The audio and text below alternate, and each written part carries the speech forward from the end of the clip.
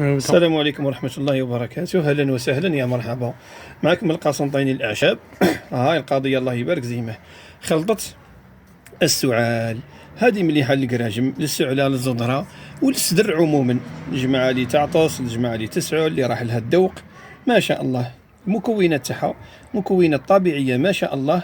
يخدمها لكم القسنطيني للأعشاب بعد، بأعشاب تاع السعلة تاع الزضرة. مكونات تاعها 4 كيلو عسل، 250 غرام عسل، والباقي اعشاب تاع السعال ما شاء الله. اهلا بك، مرحبا.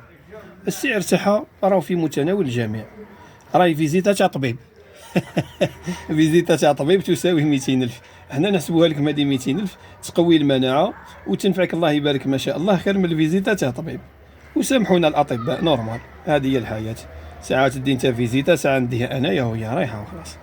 الله يبارك، شوف الله يبارك القوام تاعها زيمه ما شاء الله. الله يبارك يا سيدي. وعليكم السلام ورحمه الله. شنو مازال ما كوباش الفيديو، مازال يمشي. شنو الله يبارك، راح تبدا تذوق منها بعد انت ولا واش؟ هذه راهي خلطه سبيسيال للسعال. واش رايك فيها اسلام هذه؟ السعلة جربتها مليحه ما شاء الله ولا ما جربت؟ مليحه.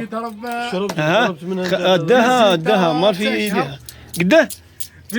فيزيتا تاع 200,000 ترتاح في يومين. الله يبارك ما شاء الله. الزباين محاضرين لهنا.